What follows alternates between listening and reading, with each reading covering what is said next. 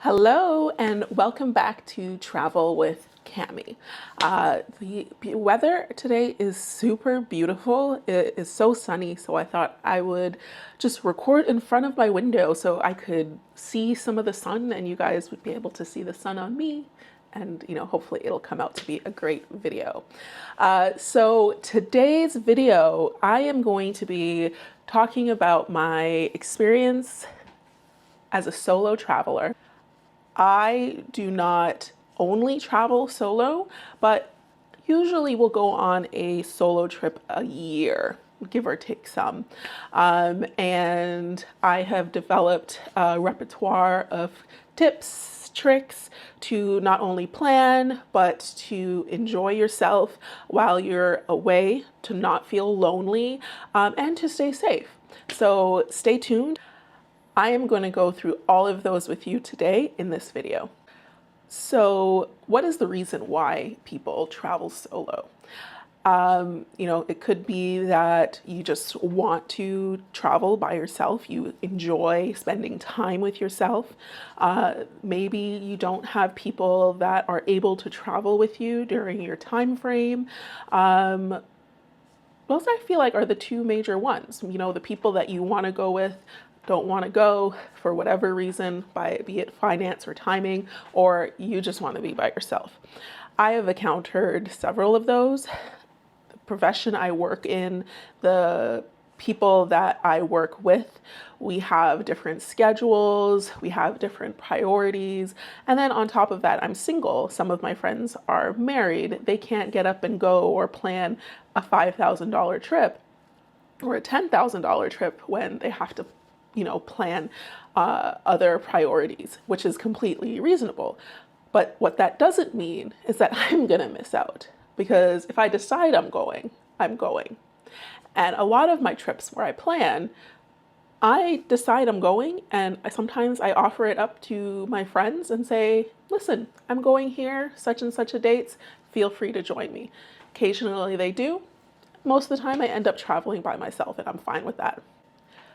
I did my first solo trip back in 2018. It was just after I finished residency. I graduated, didn't have a job yet. I took the time and I studied for my boards. If anyone knows what studying for boards is like, they know it is a very stressful time. I had to take a written and an oral, and I do not like being in front of people. So trying to remember all the surgery stuff and being able to articulate it correctly, it's a stressful time. So I said, listen, Camille, you're going to treat yourself. And I planned a birthday trip to somewhere that had been on my bucket list for years. And most of my friends at that time, they were in fellowship, they were working, they didn't have money to do anything. So I was like, listen, I'm gonna go by myself because I'm going. So I planned a trip to Barcelona. Now, this was my first time traveling out of the country by myself. And it was, thinking back on it, it was quite brave because I did not speak Spanish. I had never been to Europe. And well, I didn't know the ins and outs of solo travel. It was kind of a big thing back then, so there were some tips and tricks, but it was really a risk to go on my own. Before I went, I did spend quite a bit of time planning out. I found a lot of resources online, websites, groups on social media that had tips and tricks for people in general who were going to Barcelona. So I used those resources to plan out an itinerary for myself, and I was also able to use an app to store all of that information, including my flight information, the information for transportation, and all of the excursions, museums I plan to go to. It was a very, very detailed itinerary, maybe a little too detailed. But by doing that, I was able to share it to my parents. So they had a copy of of where I was going to be at what time. So they were able to, if something were to happen, they were able to kind of figure out and say, this is where she was supposed to be, etc. So I did that before, and I still do that whenever I travel solo, and I share it with a family member. When it comes to planning solo trips, one thing that I would definitely make sure that you have a good understanding of is transportation in the city you're going to. In Barcelona, when I traveled, I made sure that I had secured transport to and from the airport. I had a good understanding of how the public transportation worked. So I ended up using public transportation for the majority of my travel. And I also, another way that I used transportation was using one of those hop on, hop off buses that took me to different places, which was helpful. And I say to prioritize, or at least make sure it is an item on your itinerary list, is that some places don't have the same access as places like the US or Canada do. Like, for example, in Colombia, you can't necessarily rely on being able to get an Uber at some of those airports because they're basically outlawed or against the law. So if you get an Uber or you try to get an Uber, you'll be unsuccessful. And then you may end up paying a lot more for a taxi if you hadn't planned prior. Another thing that I had wished I had done was take like half an hour or so to look up like really good restaurants to go to, because I didn't actually research anything about food. I don't necessarily travel for food, but when it came down to eating or having breakfast, I wish I had had options. And now, if I don't pick out specific restaurants, I will usually try to include things like a food tour so that I know that I'm getting a good, authentic meal in the place that I'm visiting. So now, like I said, I packed my itinerary and I learned my lesson at that point. I was like, I am going, I am not missing a thing. Every minute, every hour was planned. And I learned literally as I landed that that was a mistake. So when I landed in Barcelona, I was trying to fight jet lag. So I went ahead, I checked into my hotel, and then I started my journey to the funicular. I was going to do that tour that evening. I was like, oh, it's going to be moonlight. It's going to be pretty. And I got lost. And then it started to rain and I didn't pack an umbrella. Always pack an umbrella. And I could not find the place I wanted to go. I started to get wet. So I did bring an umbrella, but the umbrella broke. It actually snapped in half because of the force of the wind, and then it cut my finger. So I had to buy an expensive tourist trap umbrella off of Las Ramblas Boulevard in order to stay dry. That is when I just stopped and I said, Camille, you need to relax. You are on vacation. You are here to explore. You do not need to hit a specific point all the time. I gave up on my mission for that day and I found myself a little cafe. I had a coffee. I warmed myself up and then I strolled with my brand new red umbrella and just kind of took in the city. So the lesson I learned was when you're planning your itinerary, leave room to roam. So my next piece of advice, and while this is going to be advice that I don't necessarily follow myself because I struggle with it, but do as I say and not as I do, is pack lightly. Yeah. So I always have this problem, and it's usually with Europe. So when I went to Barcelona, I was traveling by myself. I did pack lighter than I generally do. I think I maybe only brought a backpack and a medium-sized suitcase because I was staying for 5 days. I don't even think I brought a carry-on, or if I did carry a carry-on, I didn't carry it there. I carried it so I had room for extra stuff. Where I didn't follow this advice and I needed to was a trip to Italy, which wasn't a solo trip. But let me tell you, when all of the blogs say pack lightly, especially if you're going to and from different cities and trains, do not bring more than one suitcase. I beg of you, for your own good. Definitely, if you're taking public transportation to and from the airport to your hotel, especially in areas where pickpocketing is high, you do not want to try to be rambling several suitcases by yourself along with a bag or a backpack, because you make yourself an easy target. So pack as lightly as your mind and your will allow. So this is maybe more of a personal preference than actual advice, but I would 100% prefer to stay at a hotel versus like a rental, like an Airbnb. I would, even if I was younger and was traveling on more of a restrictive budget, would stay at a hostel. And actually, even I would consider a hostel now, because some of the hostels in Colombia were like amazing.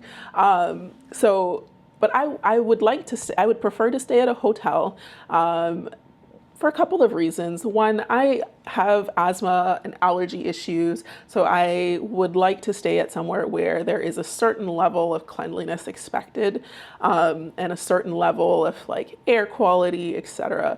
So I generally will stay at higher star hotels because of that. But that is a personal health issue. The other reason that I like to stay at hotels is just I like to have a resource that is readily there. And the way that I operate, I feel like I am burdening a host if I go to like an Airbnb, and I don't want to have to ever feel like that while I'm on vacation. While, the concierge at a hotel, they're always there and available for advice. So I don't know, to each their own, but I prefer a hotel and a hostel.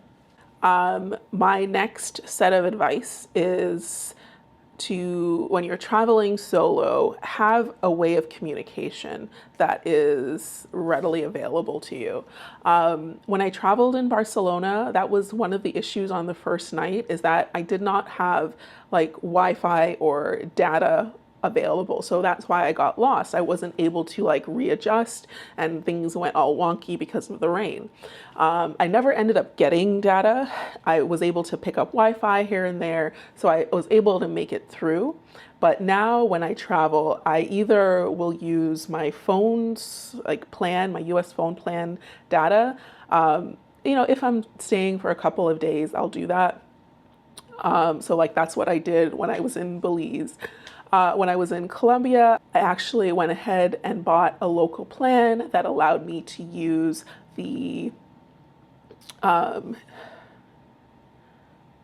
data overall. And I found that to be a lot easier and just gave me a little bit of peace of mind overall.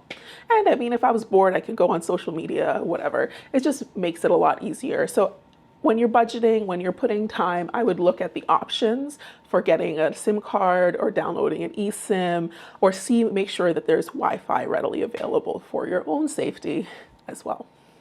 So this is my favorite hack now. And it's not even for just solo travel, but it's clutch for solo travel. And also it's great for other travel too. But if you can afford it, find and book a photography tour. A tour where the host will take photos of you. Benefit if they will also kind of show you around. So when I was planning my trip to Barcelona, I was like, well, how am I going to get pictures? I am traveling solo. So I did all this research on what people brought, and, they recommended tripods. They had a recommendation of a camera. So I bought a camera, and I'll actually show you the camera I bought. Hold on one second. So this was the camera, and this is, I think, a common vlog camera, but this is the older, cheaper version. And it was really great to have because it had a timer. I could set it up on a tripod, and you know, I had like a selfie thing on there, and it's basically like a mirrorless professional camera. So it was great for photos to take on my own, and it's light, so I could carry it around. If it's in the palm of my hand, I would not recommend this now. I think if you're going to spend, you know, 500 to 700 on a camera for travel, there are better options out there. But this was good for me at the time. But I will say, you know, people are amazing with tripods and framing. I am not. I am not a photographer. I like a great picture, but I'm not a photographer. And while I still pick up and learn different things, I can take a pretty decent picture of myself now. That was not the case back then. I would set up the timer, and I would set up the tripod, and then I would run, and it would take like mid-turn. I would have a picture of me like, oh, it was horrible. So I don't remember if I booked this before I left or if it was like a spur of the moment thing. No, I think I booked it before, because this trip, which I didn't say before, it was actually it actually encompassed my birthday. So one of the things I do now since that trip, if I can afford it and if I can take time off, I will actually travel somewhere new on my birthday. That's just how I like to treat my birthday. But anyways, I did this photo tour on my birthday, and the tour guide was so excellent. She took amazing pictures, and she would take us to these different areas. She would tell us the history behind it and then set us up for these amazing pictures. And some of these were in spots that you would never have guessed. Like, so we took photos in front of La Sagrada, the church that's like a very iconic. But then she took us to like this backside where where it was free, and you can like go up to the roof to get these also amazing shots. And you know, unless you work with a photographer, you wouldn't really know that these places exist. I think ultimately I paid like maybe somewhere between $100 to $200 for those photos. They gave you 20 edited photos, but then you got to keep the rest of them. Fantastic. Definitely recommend that you get a photo tour if you're doing a solo trip. So hopefully this gives you a little bit of advice on planning your first or your next solo trip. And if you have any questions, please let me know. I'd be happy to answer them. Or if you have any video recommendations, please let me know. If you did find value or interest in this video, please please subscribe, and just follow along with my journey. And as I continue to give you tips and trips. I like that. As I continue to give you tips and tricks on travel. Thank you again for joining me, and have a good one.